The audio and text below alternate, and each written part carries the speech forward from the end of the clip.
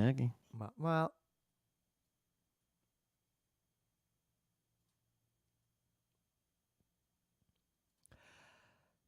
it's Tuesday, May 24th, 2022. I'm Rim.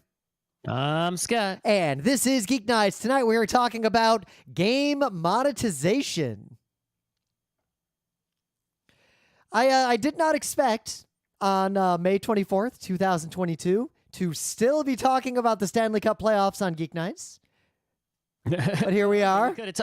We could have talked about the other teams, right? I mean, it's a thing that we only talk about, rarely because in Geek Nights from, say, 2005 to 2013, right? So it's like, we got out of college and we didn't see so much hockey because there wasn't yet illegal streaming. Yep. Right? It was actually hard to watch hockey. Also, we were poor. We couldn't actually afford. Right. We could have afforded to pay for cable, but we weren't gonna. No, but we couldn't afford to go to New York City and see Rangers games.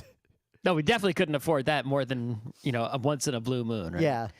And so it wasn't until 2014, 2015, the team was ridiculously good, reached the finals good, and we were able to go, watch in Bryant Park at least, and we had, a source for a few playoff tickets here and there. Yep. Plus Emily got Emily got into hockey big, and it kind of got me back into hockey because I really hadn't followed it much since around 2004. I was never out of hockey. It's just my ability to watch it changed, right? And also, I noticed I watched hockey religiously up until the year 2000. What happened in the year 2000? Went to college, didn't have cable anymore. Watched college hockey instead. Yep. I was still into hockey, but I wasn't watching the NHL at the time. Well, I mean, even freshman year, my roommate paid for cable because he was watching all those soccer games. Oh, yeah, you had that weird roommate. I'm glad my roommate was silent. He wasn't weird. He was just a soccer dude. Oh, he paid for cable, though. He wasn't strange in any way. Yeah, he wasn't like Greg's roommate. He was just really big into soccer. That was his thing, Anyway, but it's like, how could I watch hockey? It's not, you didn't get, it's like, even if I was going to watch it on that tiny cable TV in our dorm, it's like, am I really going to spend my evenings in the dorm doing? It's like I had because the alternative was either night class or sneaking into a room somewhere to play BattleTech. I'm not gonna skip on Anime Club to go watch a hockey game, right? I mean, that not a non-in-person one, a TV one alone when the team isn't any good, right? People might say, "Oh, fair weather fan, only watching when the team is good." Well, first of all, when I've had the capacity to watch and the team has been bad, I still watched. Yep. Right, and I didn't. It's not like I changed teams at any point. Well, right. Similarly, what was funny is when I think back. I was, I grew up in Detroit, Red Wings fan, because family's Red Wings fan. The whole family is obsessed with hockey, like the extended family, everyone. It's a thing. Detroit's one of those cities. And I never experienced a team being bad. They were literally great the entirety of my childhood up until I went to RIT. And for about 4 or 5 years, even after I got to RIT. So I stopped watching while they were still great just because it was hard to watch. And then they went into the pooper after that. They won the Stanley Cup when I was 12, right? So, and we didn't. I think that's around the time we even got cable. So even though it was in the area, I couldn't watch that many games unless they were on national, ABC broad or something like that. The major. I mean, meanwhile, right? my parents, they were watching Red Wings games where you get tickets for free at the Coliseum during the Dead Wings era. Well, my parents had Rangers season tickets in the 70s for a few bucks each, right? Whatever. Yep. The unrenovated Garden. God, that was 2 arenas ago in Detroit. Right. But I watched, 90s Rangers, right, which started out about as good as they could be, and they stayed pretty good. They had Wayne Gretzky, but then towards the end of the 90s, not as good, right? Fading. And then, when I was in college and the rest of that decade, 2000 through 2010 was pretty much, the time when in between, right? The pre-Lundqvist era. Right? So once the Lundqvist era began, that's when, we started having some hope again, right? And now the gap between the Mike Richter era and the Lundqvist era was kind of a big, gap. But there was no gap, basically, between the Lundqvist era and the Shesterkin. Yeah, they went from having, one of the literally best goalies in the entire NHL to having literally one of the best goalies in the NHL. Right. And then, it coincided with the time where we were able to live in the city and have tickets and now we don't suck again. And this is the first time, right, where all of that is lined up, right? Even though we've been doing the show for over 15 years, right? It's like this is the first time we lived in the city and we have tickets and they're in the playoffs and they actually got past the first round. So now it's right. So that's why suddenly the hockey talk has increased beyond the usual levels. It's even surpassing bike talk. Right? So, even though I did a whole bunch of biking this week. We also did a whole bunch of biking, and actually I had some trouble getting back. So on the Sunday, Emily and I went to the Sunday Rangers game, and we tried to leave. Let's just change the days of Geek Nights. We have a hard time coming up with topics for tech, news, gaming. Let's just fucking do bike podcasts and hockey podcasts. Bike, hockey. We could still do gaming, I think, pretty easily. But it's like we got to get into specific bike topics, right? Start being like, oh, which you want to use the Shimano or what kind of cadence do you like to ride at in different conditions? You're the 90 or you're down at like 70? Specific biking topics. We try out 10 different chamois butters.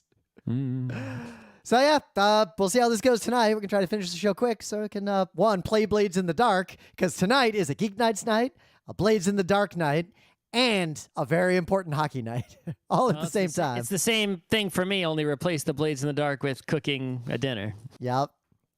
We went a little too hard against the Denver Sisters, and there were consequences. But anyway, there's a ton of gaming news. We're can't talk about everything. I think we even skipped a Tuesday show because of hockey or something. So let's get right into it. PlayStation Plus. I don't think there's that many Geek Nights listeners who care about this, but gamers care about this. It's a useful service if you're a PlayStation person. I don't know a lot about it because I haven't had a PlayStation since the PS1. Yeah, basically all I know is that PlayStation Plus is basically the same thing as like Nintendo Online, right? Except you're paying for the ability to like play PlayStation games online, and you get some games and you get some other shit. That kind of thing. But what the news is, so they're changing that and they're upgrading it, and there's like better plans now, but it's a tiered system. Like there's different levels of plan.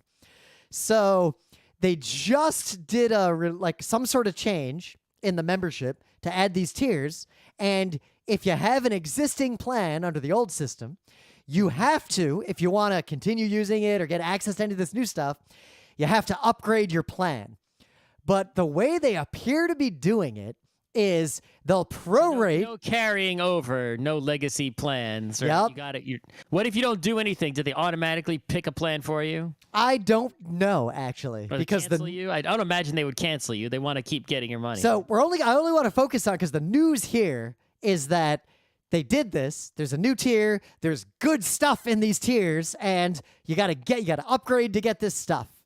They rolled it out in Asia first, and a bunch of people tried to upgrade, and it charged them basically back rent on their existing subscription. You gotta pay to upgrade to then have the privilege of paying more. Was that an accident in the billing system? No. There's a lot going on. There's a lot going on here. So the new tiers are $100 or $120 a year. So like $10 a month.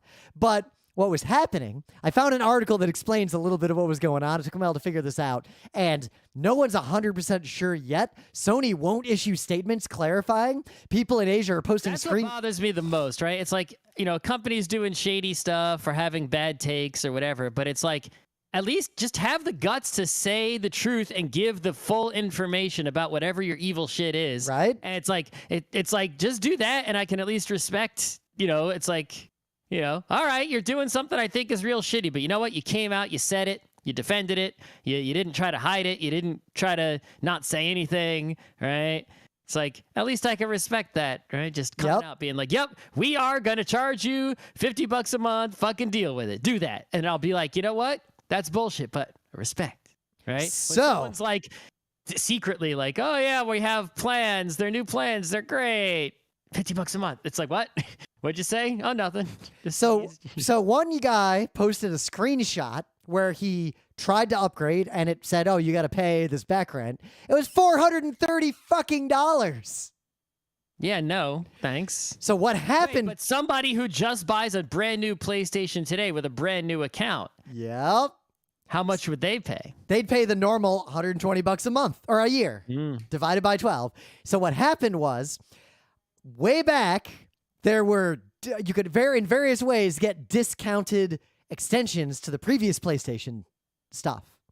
So people were stacking those subscriptions. Every time there was a discount, people would add years to their subscription just to buy it at a cheaper rate. Because these people, and this is what I don't get about Sony, the people they're screwing over here are not the casual gamers who might not even notice. They're screwing over like the PlayStation lifers, like the people who are 100% invested to the point that they were doing things like literally buying renewals in advance through like 2030 for the PlayStation Network. I did that for Xbox Live once because there was a deal. I mean, if Steam had a monthly charge, one early year to save money. If Steam had a monthly charge and that was something I had expected and like went into eyes open, like of course if Steam did that now, I'd burn the world down. But but if something like that happened, I would definitely be the kind of person who would buy like 50 years of it all at once just to never have to worry about it again. Well, I mean, on the one hand, you're like, you think about it in those terms, like, why are you screwing over your best customer? But also, you think of it in the other terms. These are your worst customers.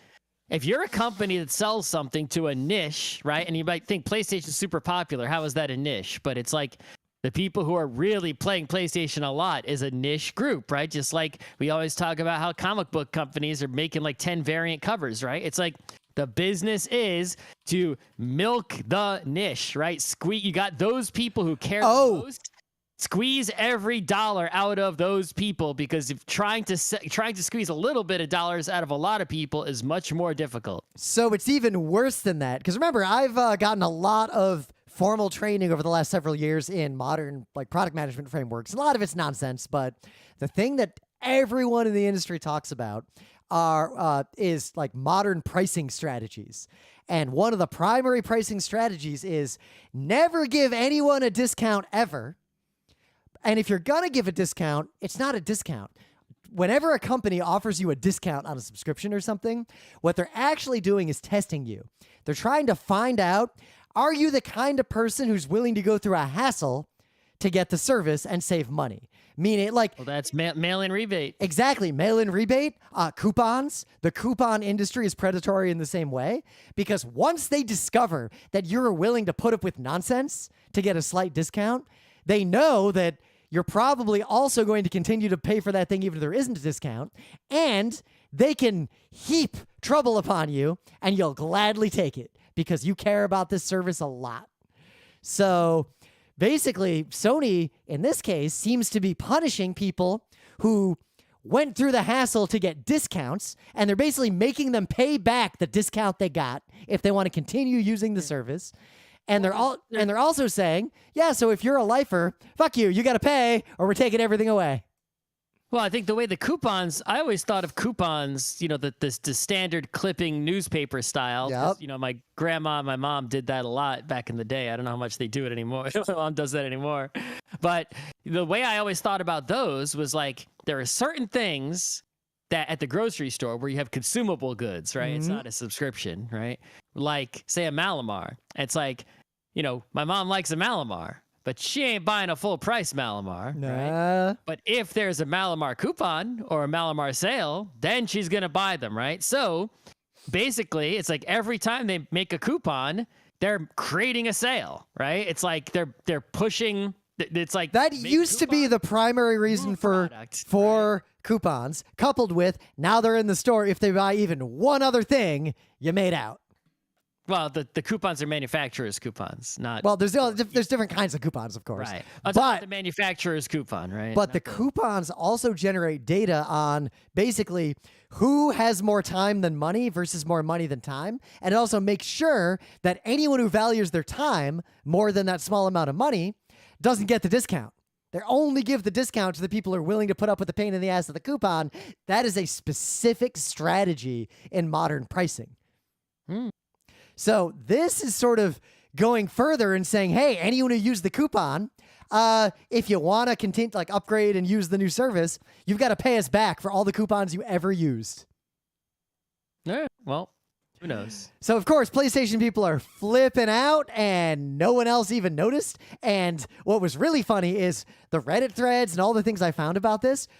Nobody really understood it until some PlayStation lifer came in and explained what was going on, because the PlayStation ecosystem, the people who will pay for PlayStation Online, is definitely, it is a niche in the gaming industry. It is a very specific kind of gamer for the most part.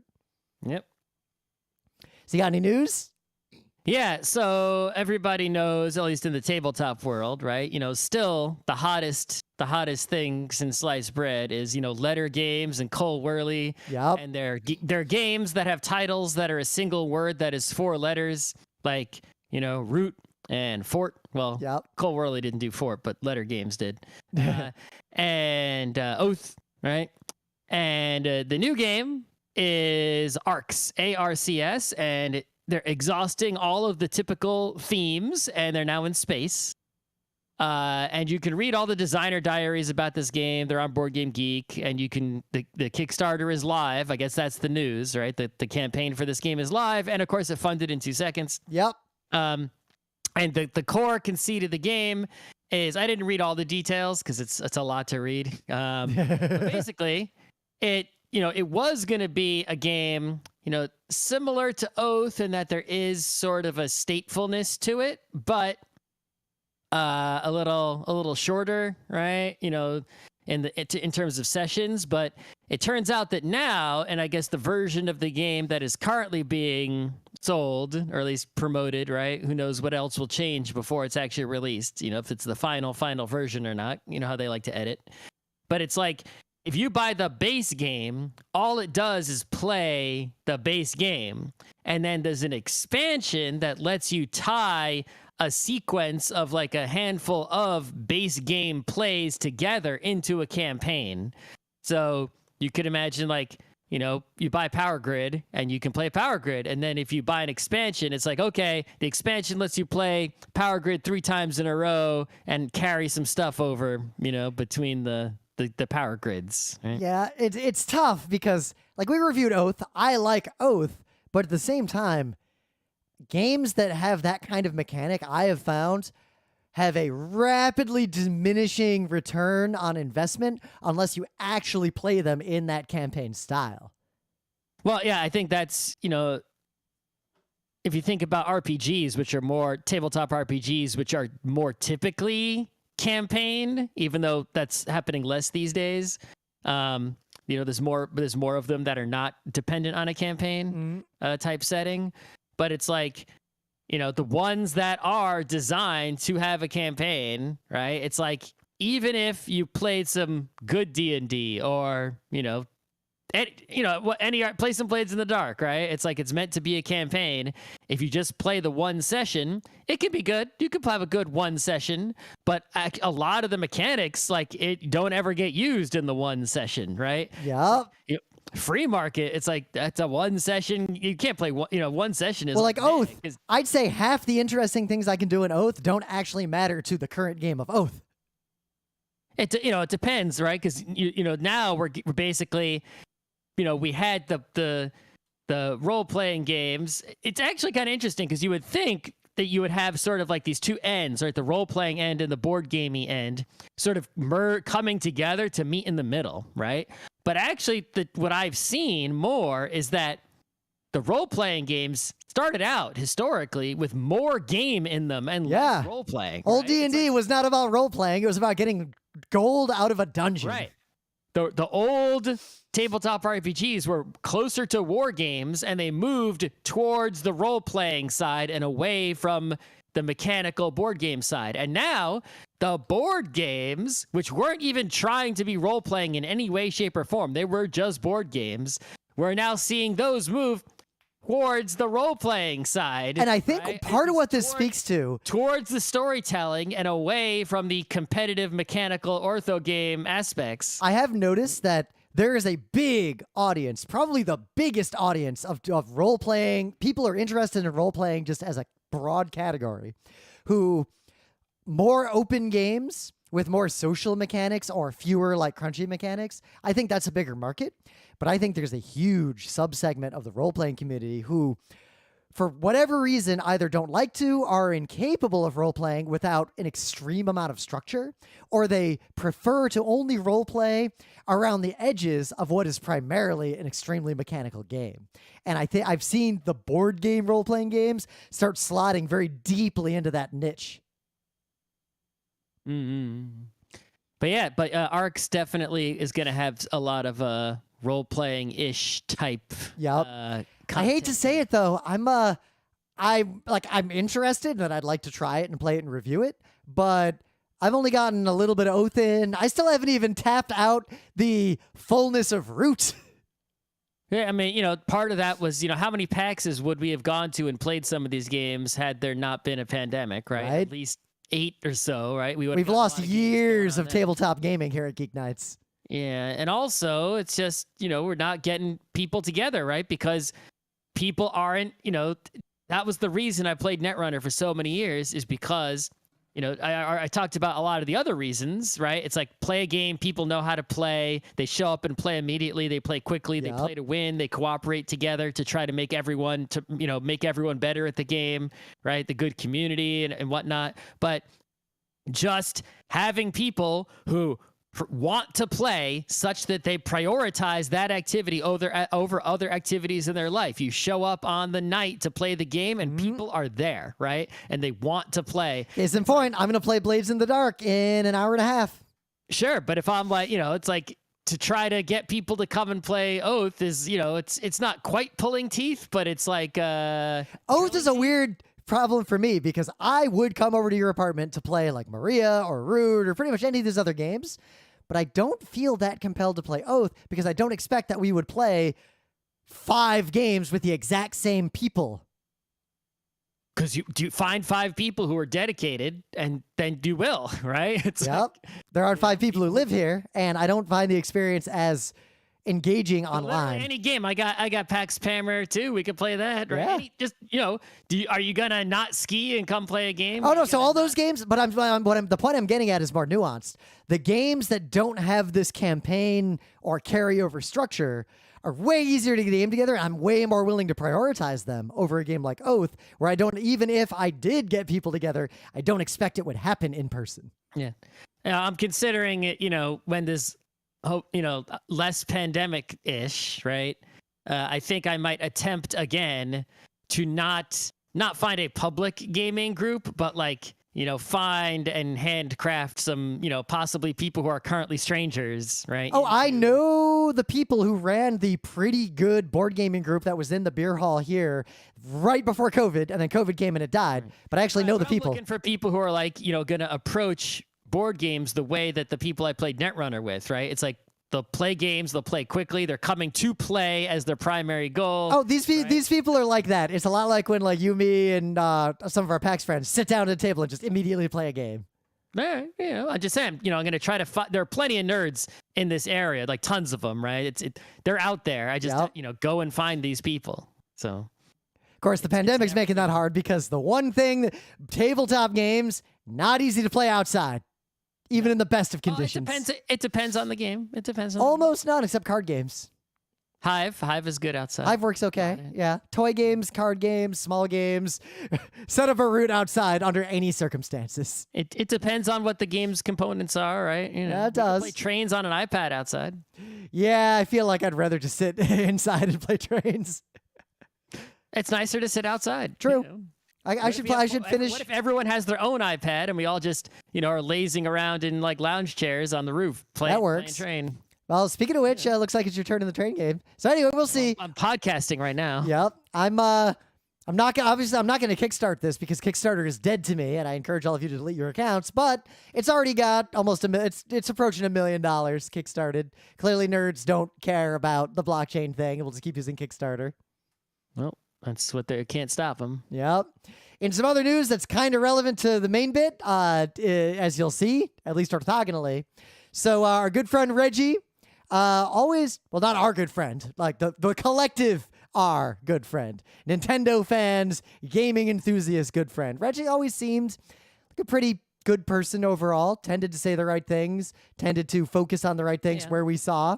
Reggie's not perfect, but he's at his core an advertising marketing guy, right? Yep. He was, but he was fun. He sort of understood the fans. A lot of his things that you might blame him for, or he honestly said, he has like a book that came out recently, right, or something, right? That's why there's all these Reggie stories lately. Yep.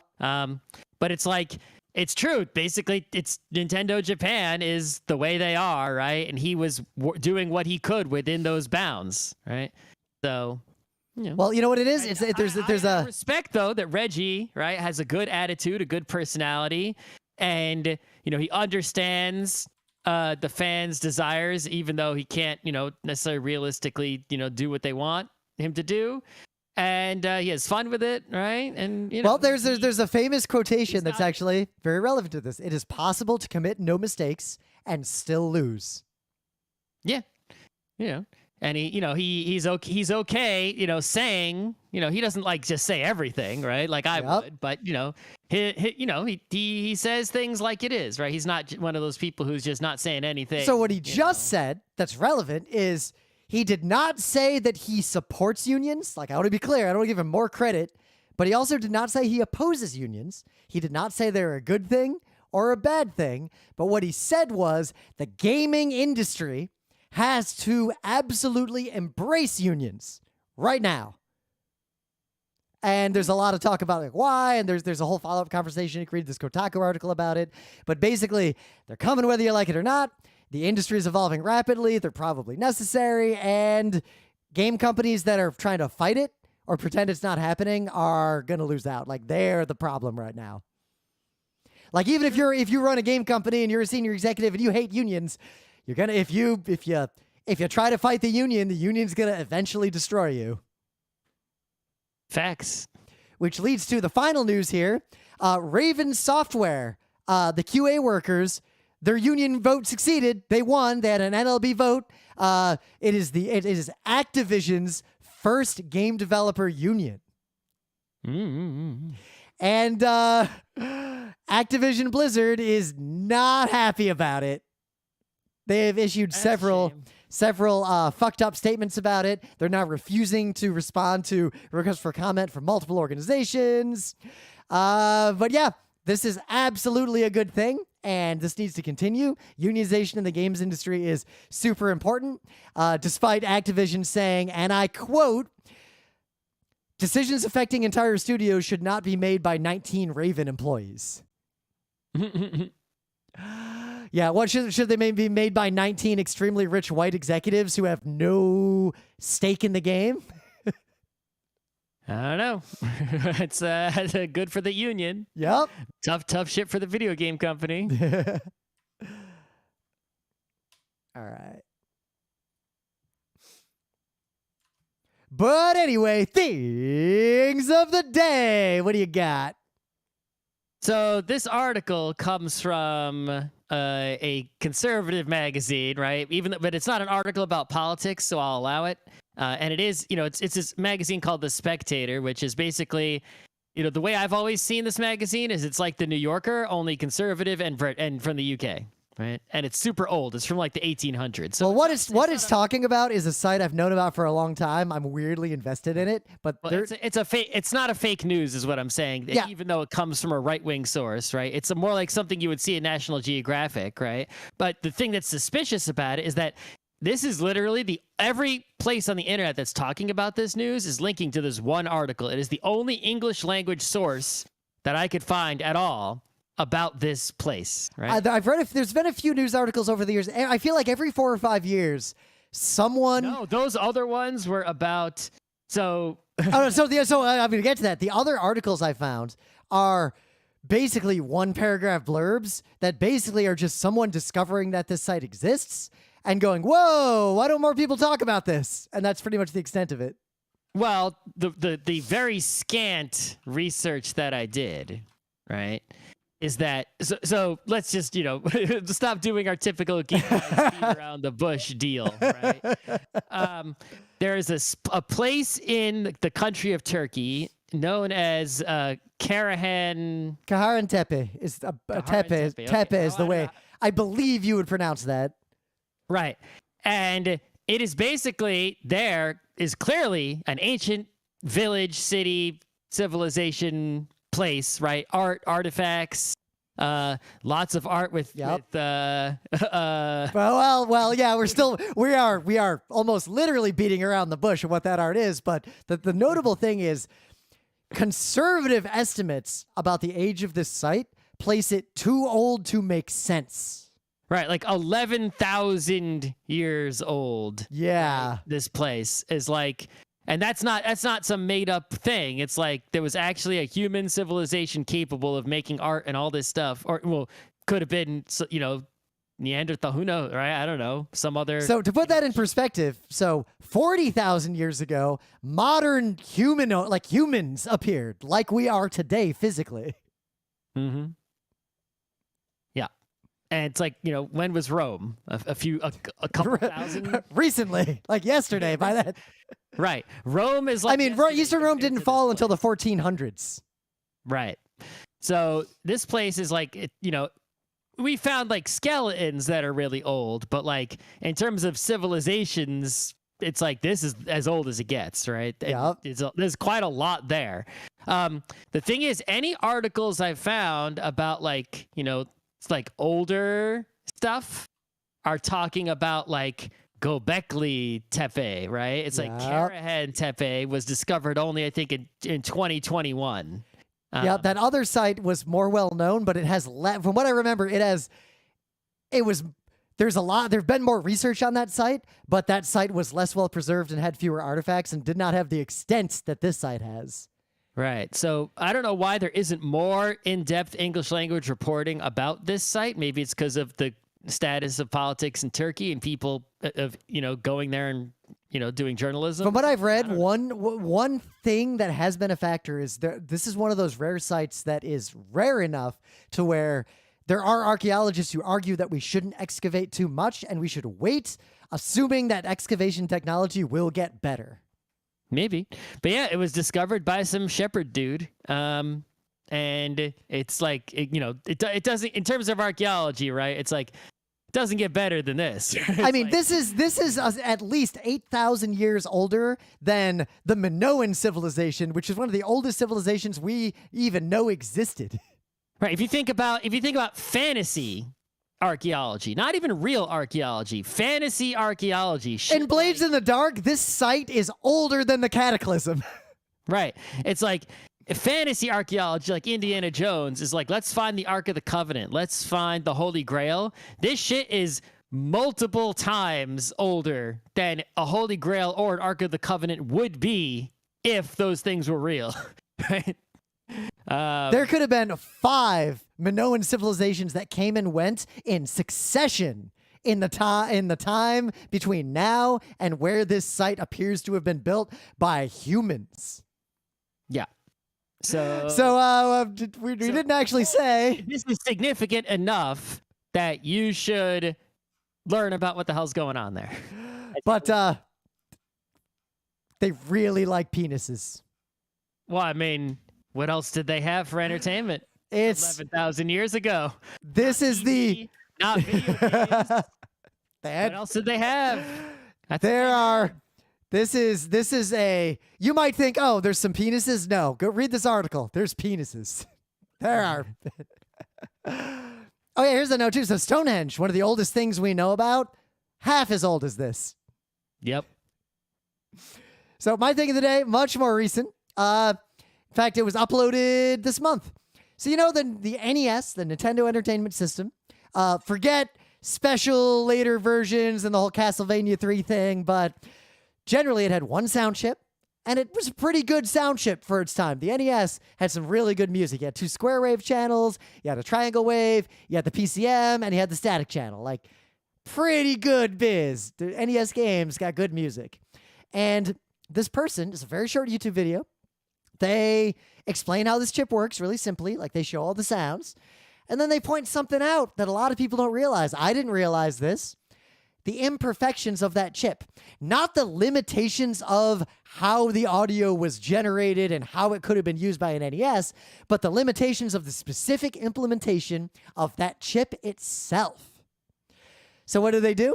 They redesigned the chip to function identically to how the NES would have used it, but one by one, they fix all of the problems with that chip. And guess what? NES music through it just sounds better. Well, but I mean, what's that seems kind of meh when you can think about like the Castlevania 3, which just had the better sound chip. Yeah, it just had a different, better sound chip. Yeah. But it's more... That seems like a better idea to me. Oh, yeah, it is a better idea. This is more... The cool part of it is theoretically, you could put this into an emulator and have an option to hear, like, what would the sound like if there weren't all these artifacting errors happening in the NES? Because a lot of the music that was written for the NES didn't necessarily use that artifacting on purpose to achieve any particular effect. It was just a side effect of how the music was made. But it also gave the capability to make new music that actually works better with this chip. And I don't want to, like, you can watch the video. It's short and it explains in detail every single thing they did. And it starts with the stepper that's making those triangle waves. Now, they aren't actually triangle waves. They're kind of broken. And that's the first thing they fix. And then it just goes deeper and deeper and deeper. In the meta moment, the GeekNights Book Club book is Nine Fox Gambit. It's, I think I've said this a bunch of times, but don't want to belabor the point. It is about violent calendars, and I really enjoy it, and I'm very nearly done with it. I'm pretty sure I'm going to be done with it by the end of this weekend, so I'd say the next Thursday episode we should just do the book club book on it. You should start reading it. It'll probably only take you like a week to read it. It's a fast read. I mean, I read the whole thing a while ago. Yeah. Otherwise, obviously, we have no conventions coming up. Website progress is coming along. I'm working on a feature to where, let me know out there, listener, right, what podcast player you use, because there are features there are RSS feed features and there are ID3 tag features that allow me to put chapters in podcasts. So like you could skip straight to thing of the day more easily, for example, right? And I'm going to try to implement both of those in a way that works somehow, but obviously only some things are going to support it. So, I want to see how worthwhile it is. We only have one listener. I got to know if that one listener doesn't use a podcast app where that will do anything, or at least if you let me know what app it is, I can research what that app supports and try to implement, The listener just pointed out in the chat, even Civ only starts in 4000 BC. That's true. Very, very apt listener, A+. Right? That listener is probably smart and uses a high-quality podcast app that will support chapters, which I should finish programming as soon as the weather is not good enough or the hockey ends. Yep. The funny thing is, the weather, not great today, but hockey and Blades in the Dark, so. Yep. Anyway, I think that's all the meta we got for a while. Check out our Discord, check out our forum, check out our live streams. The listener's just chatting here. I just said words that were fed to me via the listener. That happens occasionally. And we're online doing stuff, and you'll see us doing more and more stuff as time goes on. And it's nice out, and we'll leave it at that so we don't shit talk. So let's dive right into it. I can't believe we've never actually done a Geek Nights episode on this topic. We've talked about this topic so much, and newses and other, opening bits, panels. We've done 3 separate panels that touch on aspects of this area in the past. We did one on a panel on how to make money making games. We're doing that Geek Nights thing again where we don't say what the thing is. We're talking of course. About making money by selling games. Yep.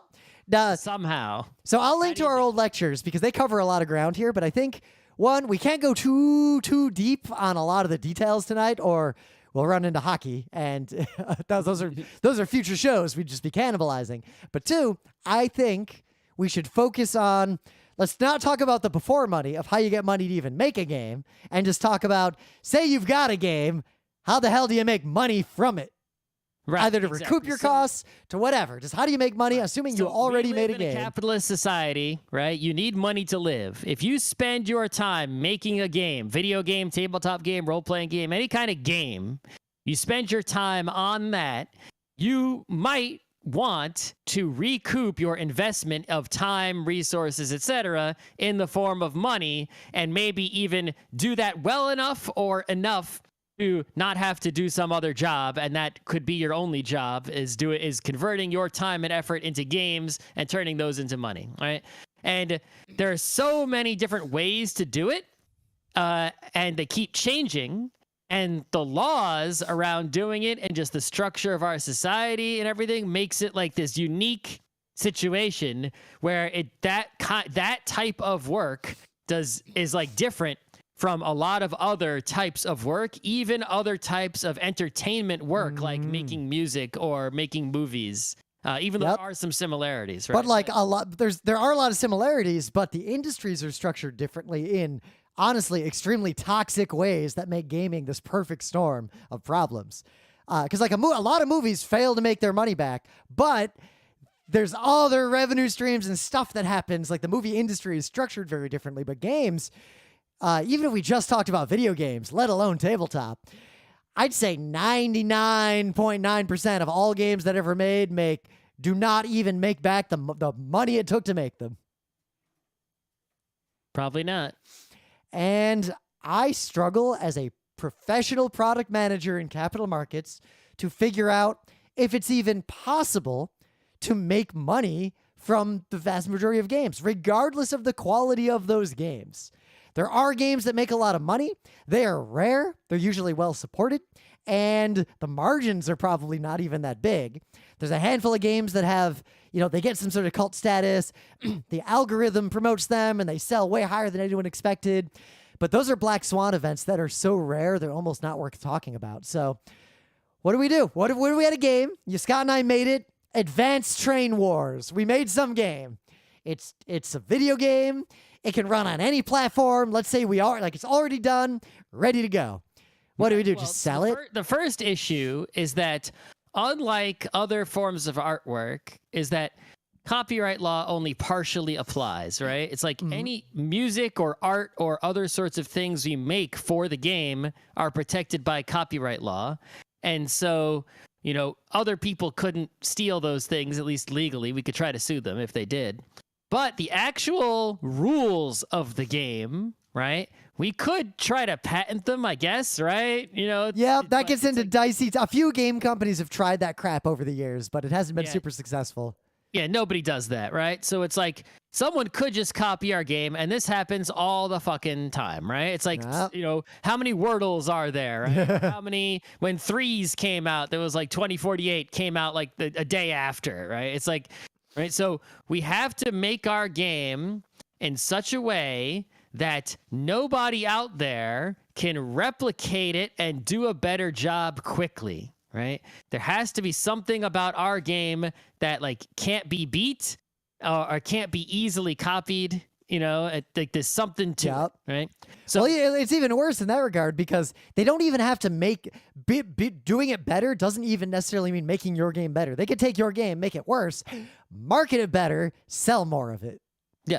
Well, I mean, so if you think about games that are successful, right? It's like every game that's successful is in some way has an aspect that can't just be copied and beaten, right? So all those FPSs out there, it's like, well, people can copy FPSs, but the ones that make money are ones that have these, multiplayer communities that are, carefully, administered and whatnot, right? It's like, it's not easy to set that up, right? Or they're part of a franchise of single player games that people know and already like, and they think, the next plot or movie with cutscenes that's attached to the game, and that's all copyrighted, right? Yep. And, people have some attachment to that. Maybe it's a Star Wars FPS or something like that, right? Or some new intellectual property is attached to it. I mean, if a Half-Life 4 ever comes out, a lot of people would just buy it sight unseen. Right. So, that you need to have something like that. Otherwise, right, people aren't going to, no matter what monetization method you choose, no one's going to pay for the game, because it's like, if I just put out a really solid FPS, it's like there's a ton of really solid FPSs. Mine better be free for anyone to choose it. If it doesn't have a thing attached to it that makes it unique, better, special, not something every other FPS has. Yep. But even then, no matter what kind of game. So let's say we did that. Our game is unique. It is Advance Wars 18XX something. It's unique, and it's not a complete narrow niche. It's a game that we think gamers would buy enough for us to make some money. Well, now we have to think about. So the first way we could try to make money is to literally sell the game. Just be like, you pay us money, and we will give you the copy of this game, and then you can play it all you want forever, right? Yep. And some people still do this.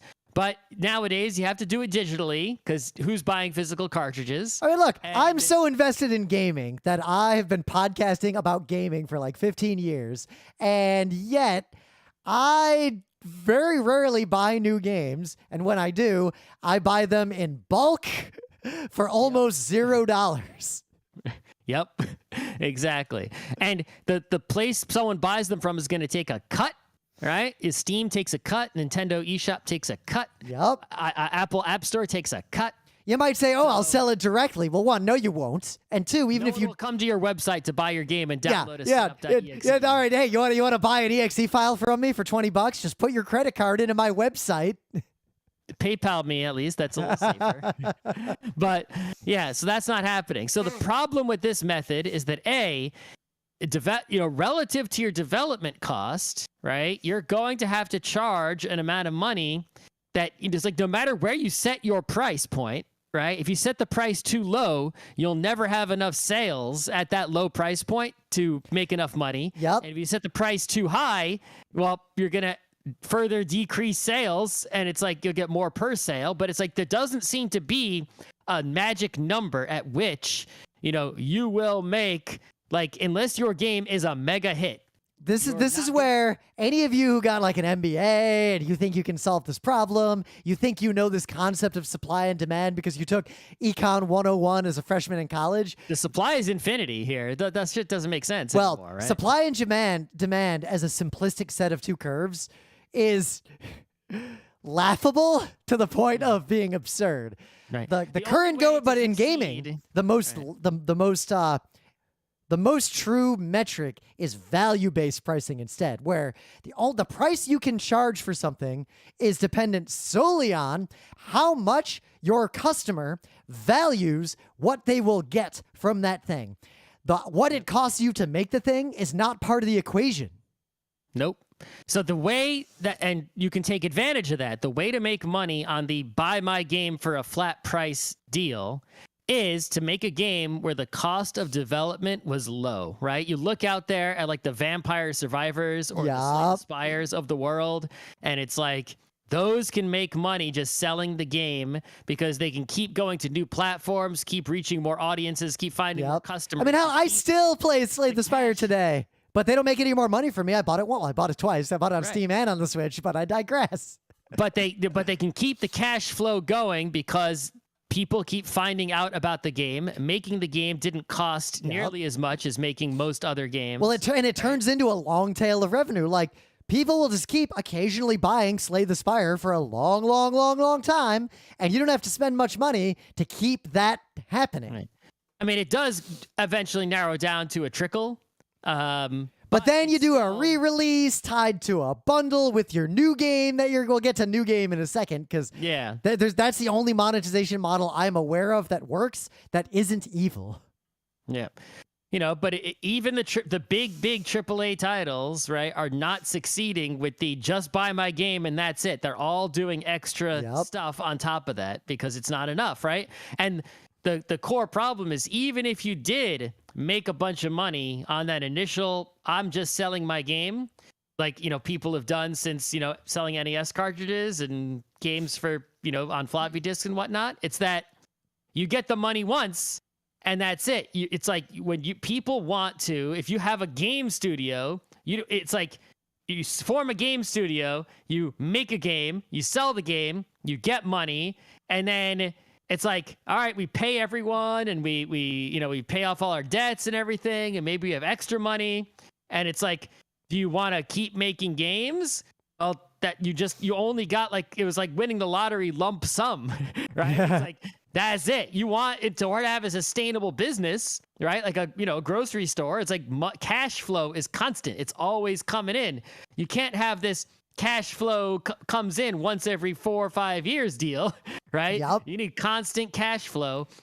And just only making money when you release your game and not at any other time, even if the game is successful, does not provide a steady stream of cash flow, does not provide a stable business, cannot keep food on the table for people, even if all the games are mega hits. Never mind the fact that the vast, vast, crushing majority of games, no matter how good they are, will sell less than 50 copies anyway. Like, selling a few hundred copies of a game. If you're a hit. If you're not a hit, it doesn't matter what your monetization method is. You're not a hit. It's like you didn't make any money no matter what tricks you tried. Everyone I know has released games on Steam, even studios. 1,000 sales is like the most ludicrous dream come true. 1,000. 100 is better than most people will ever see.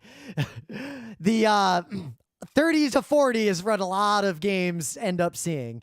And that drives this even worse ecosystem where even if you pick a price, no one will pay attention to your game because there's no discoverability. Your game is in a list unsorted among tens of thousands of other games, many of which are selling for like $1 or are actually just free.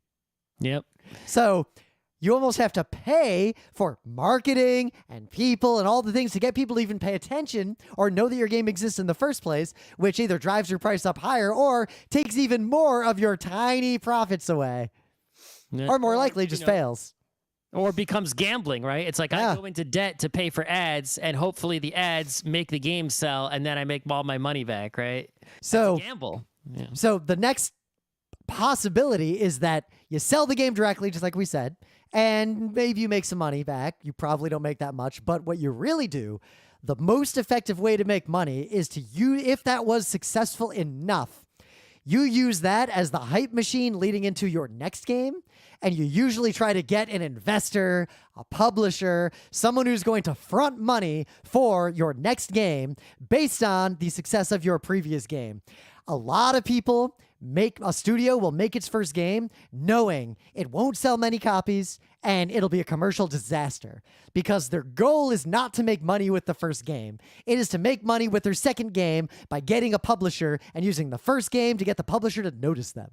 Right, you're just trying to get some, and all this stuff applies to, any size of, studio or whatever, right? It's like, I mean, this applies to a lot of industries, not just gaming. I'm a generic professional product manager, AMA. Right? It's like if you can get the publisher, it's like, okay, well, that takes the risk away, right? It's like, even if the second game that the publisher funded is a flop, I was still able to keep food on the table, right? I got this investment and I used that to feed myself while I made a game, and the game failed. Maybe I now have to do something else, but I was able to live by making games for a period of time, regardless of the game succeeding or failing, right? The risk of whether the game succeeded or failed was taken on by the publisher and taken off of my shoulders, the game maker. Right? So, yeah. But now you're in a relationship with a publisher. Guess who gets some creative control now? Guess who starts guiding you toward how to make money? Because now you haven't actually solved your monetization problem. You've kicked that can down the road and made it someone else's problem. Now you've got a publisher. Their problem is, how do I make money so I can pay these jerks Rim and Scott back for what I owe them? And simultaneously, how can I milk them so I make money? Yep. So those are, you make one game and just sell it, or you try to make a series of games constantly, each one funding the next, rolling over, right? Maybe you get maybe you hit a jackpot in some kind of series and you just keep making sequels forever, right? You can get a whole franchise going, and that would be one way to go about it. The other thing, all right, the thing that people are trying to do these days is try ways that get you the constant cash flow, right? Monthly fee is one way. All right, you can do, whether it's free to play or not, right? That's just the initial barrier to entry. But it's like once someone's in the game, once they're playing it, It's like, okay, we got a player. Let's try to get more money out of them, right? We got their initial monies, whether it was 0 or a lot, or right, but we're just going to get more monies from them. So you can sell DLCs, you can sell cosmetic bullshit, you can, basically manufacture any possible thing that could make the player give you more money for more game, for more stuff in the game. Gambling, right? Gambling where they always lose, whatever you can come up with, whatever kind of nonsense, right? And the fact is that from the perspective of the player, a lot of those monetization techniques, the gambling ones, the pay for things that aren't purely cosmetic, right? Most of those are like immoral, right? Absolutely, directly immoral, predatory. And what's sad is that they are the most effective way to monetize games, and they are one of the only ways people successfully monetize games currently. Yeah, it's like, on the one hand, it's like, yeah, it's immoral to do that, but if you're on the game making end, it's like, sometimes you feel like you have no choice. It's like that's the only way that you can continue to do this. And people don't take don't do that. That means your business isn't viable. They don't take that as an answer. The same reason we talk about conventions operating with, when there's COVID, it's like people don't take, then your business shouldn't exist. You should go out of business as like a viable path, and right? I hate to say this, but I think the games industry, tabletop and video, has hit a point where the vast majority of it is unsustainable and will collapse. Almost every studio is going to go under eventually. Almost every game designer, everything is it's such a weak and broken ecosystem right now. Well, I mean, they're not going to collapse as long as they can continue to operate immorally, right? Yeah, but even then, that's starting to, there's only so much blood you can get out of that stone. The economy, it being bad, means fewer people, the people who are most likely... Fewer people gamble, yeah. Well, the people who are most likely to... Or more people gamble because they're desperate. I'd say the people who are predated upon by a lot of these types of monetization schemes are the same people predated upon by MLM schemes and NFT scams and all that other stuff. So you're competing with scams. You're competing with scams and scammers for these people's attention. But also, those people will eventually run out of money because this is a person who will not pay $20 for a game, but will gladly pay $400 for the exact same game if you just sell the payment part of it to them slightly differently. Yep. Like, think about the terrifying implications of that statement. So yeah, the one, I guess, morally acceptable, well, the main morally acceptable way to go about this, right, is to basically break up your game into pieces and sell them individually to sort of change the perception, right? If I have a game, with 20 levels in it and I sell it to you for $20, right? Well, okay, at least I got all my $20, even if you only played level 1 and then gave up. But what if I sell you 5 levels for $20? I might still, right? There might be enough there that's like if someone was willing to pay $20 and play 1 level and stop playing the game, and I gave them 20 levels, they would also pay $20 for 5 levels, play 1 level and stop playing, right? Is that I'm still getting right? So why would I give, I can give less game for the same price. And then people who do play the game and finish, and if they still want more, now I can start selling levels, or actual additional content. Toby Fox actually did that with Undertale and Deltarune. Tabletop games, right? And it's a fantastic model. So what Toby did is Undertale, I to this day say it has the best score of any video game I have ever played. But it's a fantastic game. And he made the sequel, Deltarune. Deltarune is going to be 5 chapters long. It's on the Switch and all these platforms. Chapters 1 and 2, he released them just free. He released 1 and then he released 2 just totally free.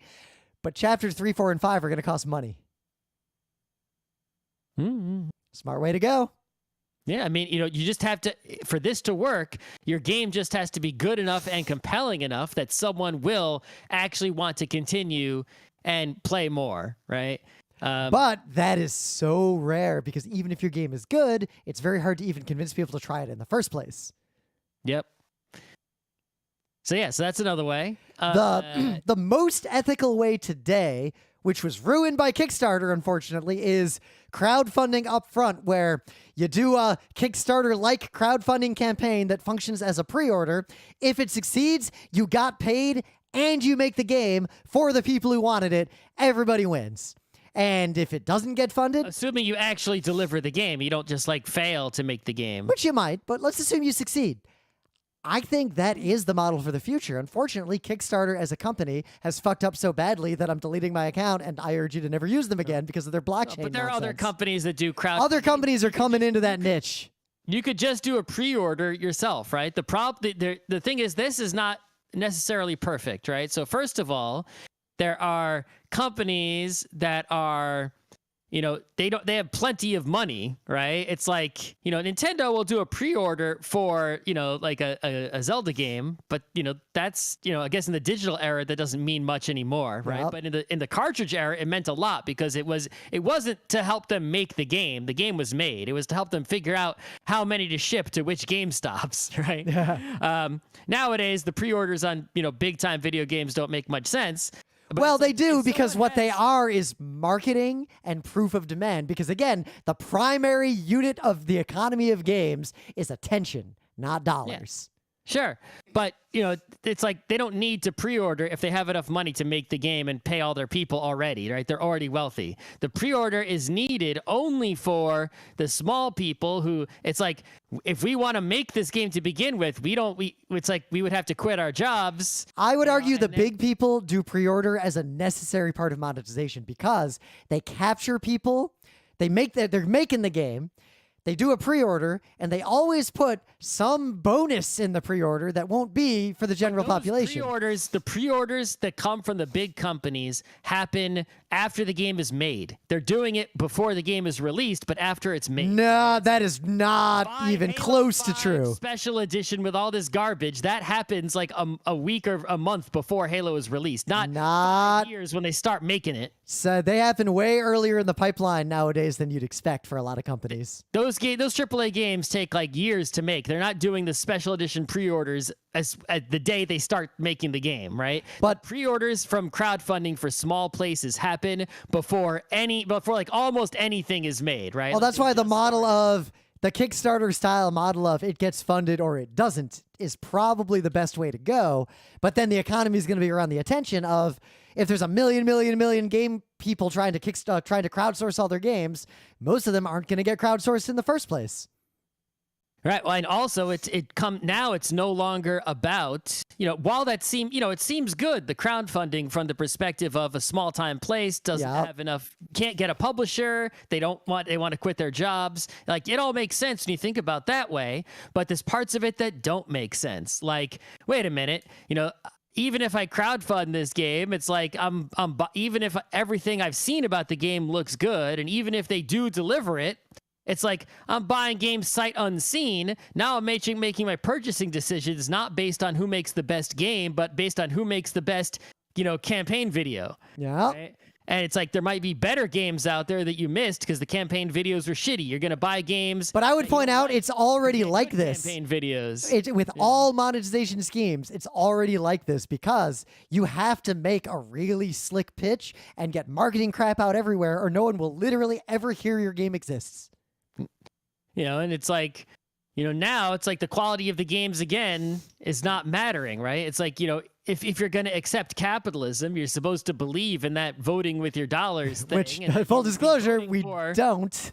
Right, voting for the thing that you like the most. Voting for the thing you like the most means you have to know if you like the thing before you spend the money, not after you spend the money, right? Because then you're just speculating on, instead of gambling for money, you're gambling for entertainment, right? I'm betting that this will be entertaining. I was wrong, damn it. Another growing model is the Patreon style model, and there are several games that are funded this way. They have some sort of Patreon-like system where you pay them a fee, like a monthly fee or an annual fee or something, but you're basically, it's not like I'm paying a monthly fee to access this game. I'm paying a monthly fee to access this game and have a direct line to the creator. And these games tend to be games where content in the game changes and continually gets updated based on the whims and desires of the people who pay the most directly into that system. Right. In these cases, you're not so much actually paying for a game, right? It's like there is a game there, but, and you might play it. But what you're actually paying for is is just literally it's Patreon, right? There's an artist that you appreciate their works and you are supporting them and you want to, maybe have a parasocial relationship with them, right? I was about to say that is just monetizing parasocial relationships. Right. You want to access their community or them or whatever, right? And it's like you're paying for that and the art the person happens to produce happens to be a game, but you're not monetizing the game really. Yeah. You're just it's the same as other forms. It wouldn't be any different as if they were a musician or a filmmaker or a photographer or whatever. It just happens to be that they make games. And I guess that's not the worst, right? Because those are all valid ways to fund those other forms. But just like with everything else in capitalism, it leads to a patron. It's called Patreon. It leads to a patron system where rich nerds are the only people who decide what kinds of games get made and how those games get made, and that's it. Yeah. Well, I mean, thing is, people complain all about copyright, rightly so. There's a lot of problems with the current copyright regime and copyright in general, but the copyright system that came into play, right, in the last couple centuries, replaced the patronage system, which was way worse, right? It's like, if you believe that someone who makes art with all of their time should be someone who deserves, food, shelter, etc., and you don't set up socialism so where everyone just gets those things, no matter what, as a human right, then it must follow that those people who are artists must get money somehow. Yep. And there's not really a lot of other ideas out there, video games or other, medium, for how those people can get money, without one of these kind of shenanigans. And they're all problematic, mostly. So I can think of two more different monetization models, and we're running out of fundamental ways you can do this other than just you're rich and you release games that you want and you don't care if anyone plays them. Well, there's the really basic one, which is subscription, right? It's like you have a World of Warcraft and it costs X a month dollars, right? And it's like you can get this steady cash flow, and because now not only have you made a game, you're constantly making more game. It's a game that never ends, right? And so that's you're delivering value to the people who are constantly paying, and it's a service that you keep up. And it's like, when I was a long time ago, I felt that I never did that, right, for any game, because I was so used to just buying a game and owning it, and also I didn't have that much money to subscribe to a video game like that. That costs more than Netflix costs now, right? But it's actually not bad, the subscription game model. If Overwatch got rid of those loot boxes for skins and it was just $10 a month, I would just pay $10 a month. Yeah, it's like, sure, it's a lot of money for most people to pay. But think about the value you get. I play Overwatch 10 hours a week, so $1 an hour for or not even $1 an hour. So $10 a month for 40 hours of entertainment a month. That is a crazy good deal.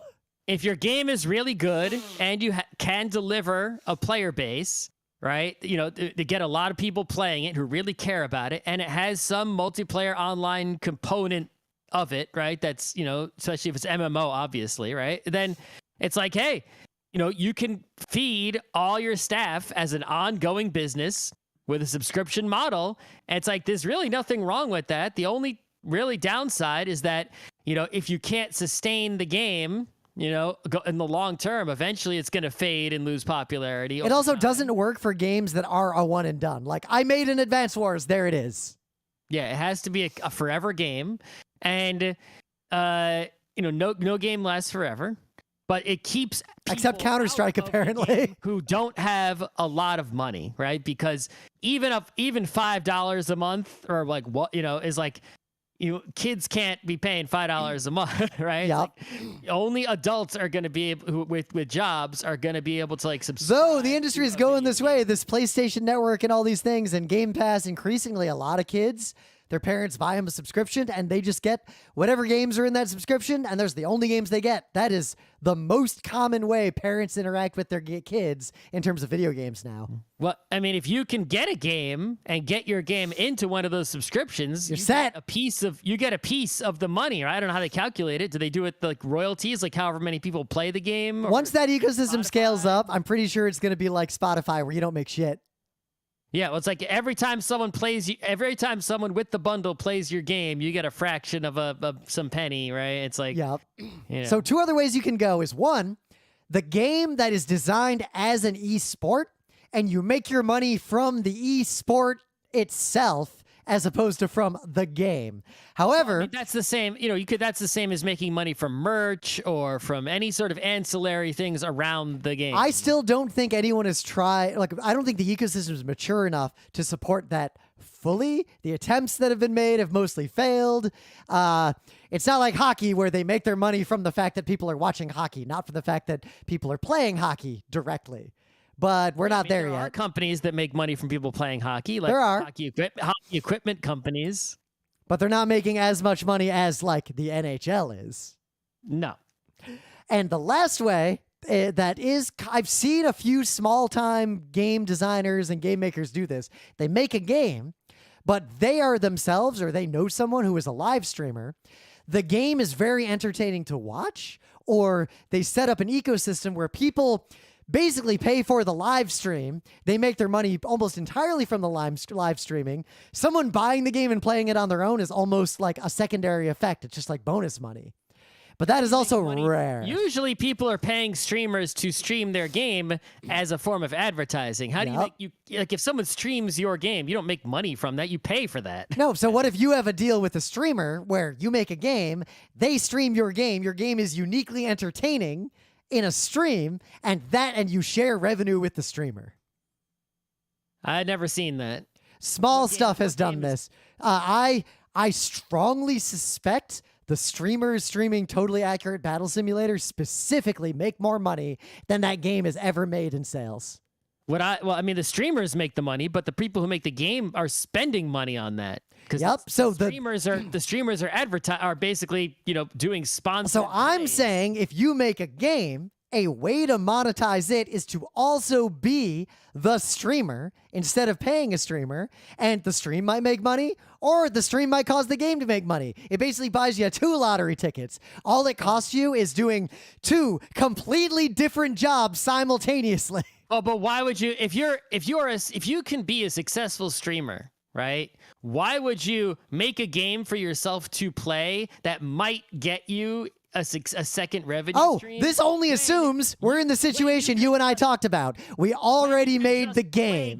Other people have made. That's what I'm saying. This assumes what we said at the beginning of this main bit. We already made the game. How do we make money with it? How do you and I make money with the game? We start live streaming it and try to make an entertaining live stream. That still makes no sense. If you can make a successful live stream, why did you make a game? But we already agreed. We already made the game. Someone else's more popular game than your own unpopular game. But I'm saying we already made the game. So now we're trying to monetize it. Monetize it via streaming. You're gonna if your stream is not successful, you're not gonna be able to monetize your own game. If selling the game is not successful, you're not gonna monetize selling the game. It's the same thing. If your stream is successful, you could make more money streaming another already popular game than you could streaming your own unpopular game. It depends. So there's no reason to stream your own game, right? Like, as a way to make money. Except, as we agreed at the start of the show, the whole premise was you already make the game. Now, how do you make money with it?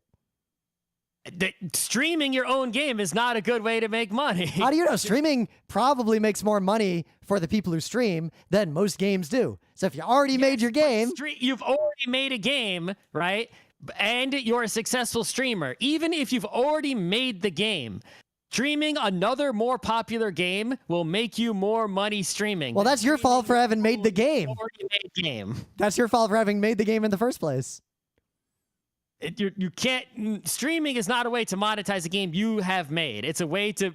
I think it absolutely is, and I think there's more money there. But I think the use for this now in the current ecosystem would be specifically the fairly rare situation of you've made a game, it wasn't successful, you don't want to pay some other streamer to stream it, you start streaming your own game, or you do a revenue sharing agreement with the streamer. That's not gonna. That makes no sense, because if you are capable of making a popular stream, even if you've already made an unpopular game, you will make more money streaming someone else's popular game. Not necessarily. The ecosystem, your own game that's the ecosystems of people stream unpopular. Generally, the ecosystems of the people who stream big games, there's a very small number of streamers who make all the money and nobody else makes anything.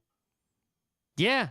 So but people who stream unpopular games, there's nobody who's popular, right? You have to stream a popular game to have any chance to begin with. Not necessarily. If you're a popular streamer, actually Even a lot of popular streamers, if you watch their streams, as soon as they switch like a sponsored game, the views drop to nothing. So if you are capable of being a popular streamer and you try to give yourself free sponsored slots to your own game, everyone will stop watching you immediately when you switch to the game that you made. I mean, you say that, but I still think it's a monetization model that's possible because, like we said, the assumption was you already made the game. You're just being a streamer who happens to have made a game, and you will make more money just being a streamer if you're good at. Well, like I said, that's your fault for having made the game in the first place. You're making no sense. Anyway, it's time. The end. All right. The listener agrees with me. Oh, the listener is wrong. You don't even watch any live streamers.